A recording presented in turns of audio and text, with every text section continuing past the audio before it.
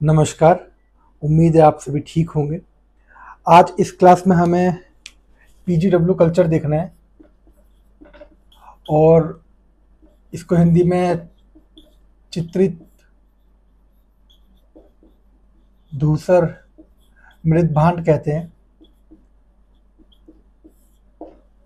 इससे पहले वाली क्लासेस में हम लोग पूरा वैदिक कल्चर देख चुके हैं और ये जो जुड़ा हुआ है ये भी वैदिक आर्यों से जुड़ा हुआ कल्चर है। इसको देखना इसलिए ज़रूरी है क्योंकि कुछ प्रश्न हमें देखने को मिलते हैं, जैसे हड़प्पा सभ्यता के लिए कोई साहित्यिक स्रोत नहीं है एवं वैदिक काल के लिए कोई पुरातात्विक साक्ष्य नहीं है। इस तथ्य की व्याख्या करें।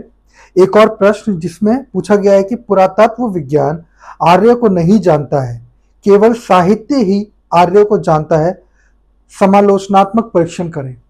तो ये जो प्रश्न हमें देखने को मिल रहे हैं, इसमें हमें ऐसा प्रतीत होता है कि जो एग्जामिनर है वो ये हमसे जानना चाहता है कि हमें वैदिक कल्चर और इंडस वैली सिविलाइजेशन के बारे में कितना ज्ञान है, हम उनकी तुलनात्मक रूप से कैसे हम लोग उसकी व्याख्या कर सकते हैं। जैसे कि इंडस वैली सिविलाइजेशन में पुरातत्व जो है वो हमें बहुत सारे मिले, पुरातात्विक अवशेष बहुत मिले, और वैदिक काल में हमें साहित्यिक स्रोत प्लस पुरातात्विक स्रोत मिले। हालांकि इंडस वैली सिविलाइजेशन में भी हमें साहित्यिक स्रोत मिले लेकिन पढ़े नहीं गए। तो हड़प्पा सभ्यता के लिए कोई साहित्यिक स्रोत नहीं है ये कहना कतई सही नहीं है, और वैदिक काल के लिए कोई पुरातात्विक साक्ष्य नहीं है ये भी कहना सही नहीं है, क्योंकि पुरातात्विक साक्ष्य वहां पे क्या है, 1000 बीसी में जो लोहे की खोज उन्होंने कर ली थी, तो वो पुरातात्विक साक्ष्य ही है।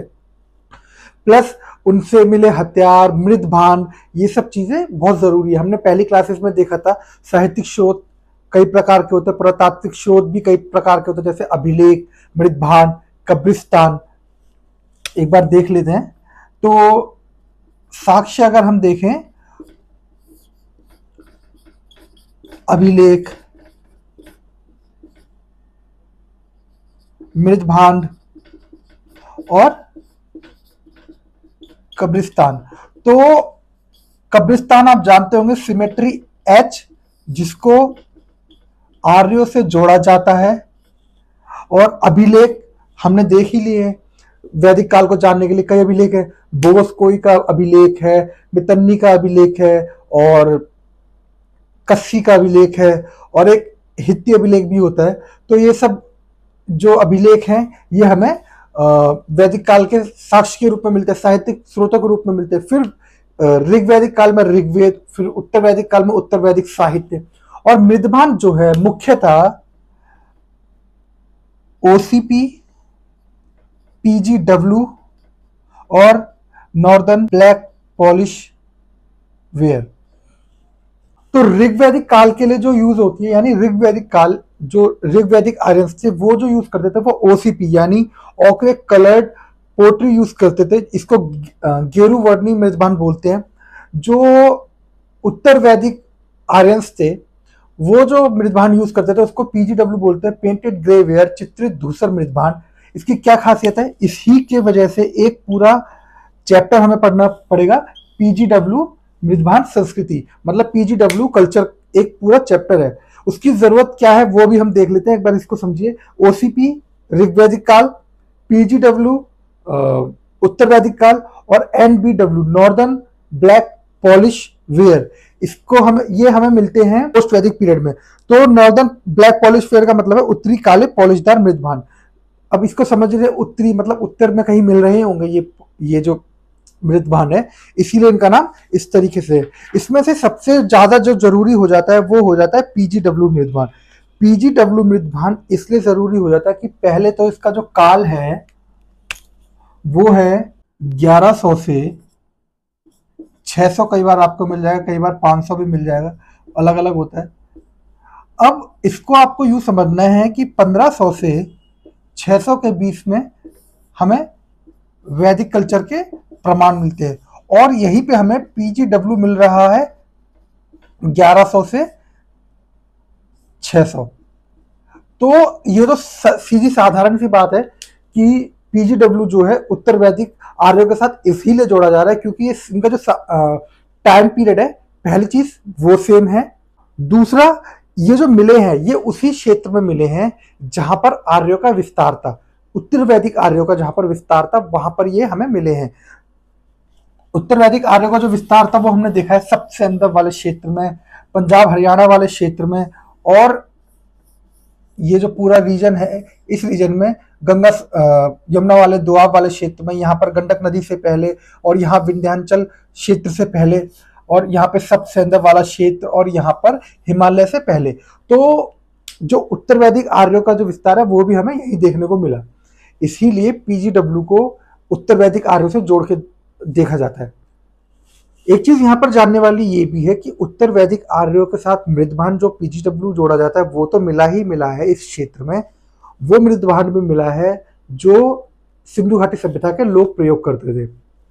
अब ये जो इंडस वैली सिविलाइजेशन के जो लोग मृदभांड यूज कर रहे हैं ये वहां पर मिला है, इससे ये अंदाजा लगाया जाता है कि सिंधु घाटी सभ्यता के लोग और उत्तर वैदिक कालीन लोग एक साथ रह रहे थे। हमने देखा था जब सिंधु घाटी सभ्यता नष्ट हुई, यानी वहां पर अनुकूल परिस्थितियां खत्म होने लग गई, अनुकूल पर्यावरणीय परिस्थितियां वहां पर समाप्त होने लग गई, तो वहां से लोग माइग्रेट कर गए। कुछ लोग गुजरात चले गए, कुछ लोग हरियाणा चले गए, कुछ लोग यूपी चले गए, और ये जो उत्तर वैदिक कालीन जो आ रहे हैं ये भी उन्हीं क्षेत्र में बसे, तो हो सकता है ये दोनों साथ में मिलकर रह रहे हो। इसी वजह से इनके संबंध में 3 रीजन दिए जाते हैं।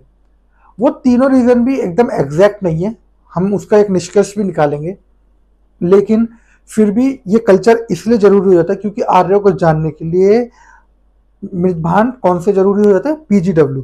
तो पीजीडब्ल्यू मृदभांडों का जो समय है वो 1100 से 500, कहीं कहीं पे आपको 600 भी मिलेगा, और ये उत्तर वैदिक काल के समकालीन ही चल रहा है। बिल्कुल आप समझ रहे हैं क्योंकि वो यूज कर रहे हैं, तो इसीलिए क्षेत्र विस्तार इनका था हिमालय की तलहटी से लेकर, ये हिमालय की तलहटी से लेकर मालवा तक, और पाकिस्तान भावलपुर से कौशाम्बी उत्तर प्रदेश तक। तो ये जो रीजन है यही वाला रीजन वैदिक कल्चर आर्यानी उत्तर वैदिक आर्यों का भी है, और यही पीजीडब्ल्यू का भी है। यही कारण है कि जो इतिहासकार है, जो आर्कियोलॉजिस्ट है, इसको उत्तर वैदिक आर्यों से जोड़ते हैं। पीजीडब्ल्यू संस्कृति के काल और क्षेत्र के आधार पर इनका संबंध उत्तर वैदिक आर्यों से जोड़ा जाता है। अब इनकी महत्वपूर्ण साइट कौन सी जहां से ये मिले, साइट बहुत है लेकिन हमें वही देखनी है जो बहुत महत्वपूर्ण है। तो उत्तर प्रदेश में अतरंजी खेड़ा, हस्तिनापुर, अहिछत्र, राजस्थान में झखेड़ा, और झखेड़ा से हमें लोहे के कुछ उपकरण भी मिलेंगे, वो हमें देखने हैं अभी। पंजाब में रोपड़, हरियाणा में दौलतपुर। इन स्थलों से लोहे के कृषि उपकरण के साक्ष्य भी हमें मिले, जैसे झखेड़ा राजस्थान, और पकी हुई ईंटों के साक्ष्य हमें हस्तिनापुर और झखेड़ा दोनों से मिले। हड़प्पा सभ्यता तथा वैदिक आर्यों के आपसी संबंध को लेकर कई मत है, उसमें से जो मेन 3 मत है हम वो देखेंगे और उनका निष्कर्ष भी देखेंगे। तो वैदिक आर्यों द्वारा ही सिंधु घाटी सभ्यता को नष्ट किया गया था, ये हम पहले भी देख चुके कि कुछ लोगों ने बोला क्योंकि वहां पे सिमेट्री एच को आर्य से जोड़ा जाता है, तो वहां पे कुछ इतिहासकार ये बोलेंगे कि आर्य वहां से आए, ईरान से आए, और उन्होंने सिंधु घाटी सभ्यता को नष्ट कर दिया और फिर वही अपने कल्चर को आगे बढ़ाते चले गए, यानी आर्य कल्चर को उन्होंने आगे बढ़ाया। तो ये भी हम पूरी तरीके से मान नहीं सकते क्योंकि हमने उसके रीजंस हमने देख लिए कि लिमिटेड हमें साक्ष्य मिलते हैं, हमें उतने हथियारों के साक्ष्य नहीं मिलते, इक्का दुक्का में साक्ष्य मिलते हैं, और हमें वहां पर जो कब्रिस्तान मिले हैं उसमें हमें हड्डियों जो मार काट इन सब चीजों के निशान बहुत कम मिले हैं। इसमें हम देख चुके हैं जो आर्कियोलॉजिस्ट होते हैं वो इन सब चीजों में माहिर होते हैं, वो बता देंगे कि ये व्यक्ति की मौत किस रीजन से हुई है, क्या कारण है। तो इतनी आबादी होने के बाद भी 2-4 लोग अगर वहां मृत इस तरीके से मिल भी रहे तो हम ये अंदाजा नहीं लगा सकते कि जो वैदिक कल्चर यानी आर्य थे उन्होंने इसका नाश कर दिया। दूसरा जो रीजन है वो उत्तर हड़प्पाई चरण में मृदभांड जो थे और पीजीडब्ल्यू के मृदभांड साथ मिलने से यह अनुमान लगाया जाता है कि उत्तर हड़प्पाई लोग और वैदिक आर्य लोग एक साथ रह रहे थे। ऐसे साक्ष्य हमें दादेरी पंजाब, भगवानपुरा हरियाणा और जम्मू माना से प्राप्त होते हैं। तो ये भी हम एग्जैक्ट क्योंकि इसको प्रमाणित कर दें ऐसा नहीं कह सकते, क्योंकि एक थोड़े बहुत हमें वहां पर साक्ष्य मिल जाते हैं कि जो इंडस वैली सिविलाइजेशन वाले लोग जो यूज करते थे मृदभांड, वो मृदभांड हमें यहाँ मिल रहे हैं, पीजीडब्ल्यू मृदभांड, दोनों मृदभांड हमें साथ मिल रहे हैं। तो ऐसा माना जाता है कि ये दोनों साथ में वहां पर अपना गुजर बसर कर रहे थे। तीसरा एक है कि एक अन्य मत के अनुसार आर्यों का बाहर से आगमन नहीं हुआ था, बल्कि वो यहीं के मूल निवासी थे और इंडस वैली सिविलाइजेशन के निर्माता भी वो थे।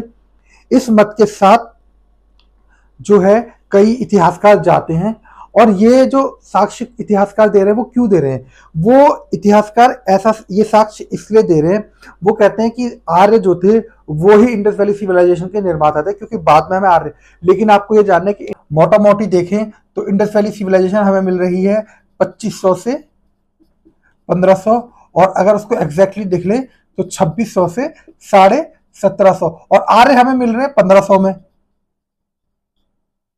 तो कैसे पॉसिबल है कि ये पहले आगे समय से पहले आकर वहां पर इंडस वैली सिविलाइजेशन के लोगों को मार रहे हैं? तो हम इसके साथ भी अपनी सहमति है वो भी नहीं जता सकते। निष्कर्ष जो है वो ये है, सिंधु घाटी सभ्यता तथा वैदिक आर्यों के बीच संबंधों के विषय में दिए गए उपयुक्त किसी भी मत द्वारा इनके बीच आपसी संबंध पूरी तरह से स्थापित नहीं हो सकते हैं, क्योंकि ये भी लिमिटेड है। लेकिन एक कारण है जिसकी वजह से इनकी जो आपसी संबंध था वो क्या था, वो सब साबित हो जाएगा, और वो हो जाएगा यदि सिंधु घाटी सभ्यता की जो लिपि है, सैंधव लिपि, उसको पढ़ लिया जाए, तो पूरी तरीके से जो निष्कर्ष है वो हम निकाल सकते हैं कि इनके बीच में संबंध था, क्या संबंध था, क्या वास्तविक में उन्होंने हमला करा या नहीं किया। तो पीजीडब्ल्यू कल्चर जो है वो इस वजह से जरूरी है, क्योंकि जो संबंध है वो स्थापित करना है, और अगर नहीं स्थापित करना है तो उसके लिए हम क्या मत देंगे? यदि प्रश्न आ गया कि पीजीडब्ल्यू इंडस वैली सिविलाइजेशन से किस प्रकार से जुड़ा हुआ था, या उनमें तुलना हमें बतानी पड़े, तो पीजीडब्ल्यू कल्चर आपके लिए इतना ही महत्वपूर्ण है।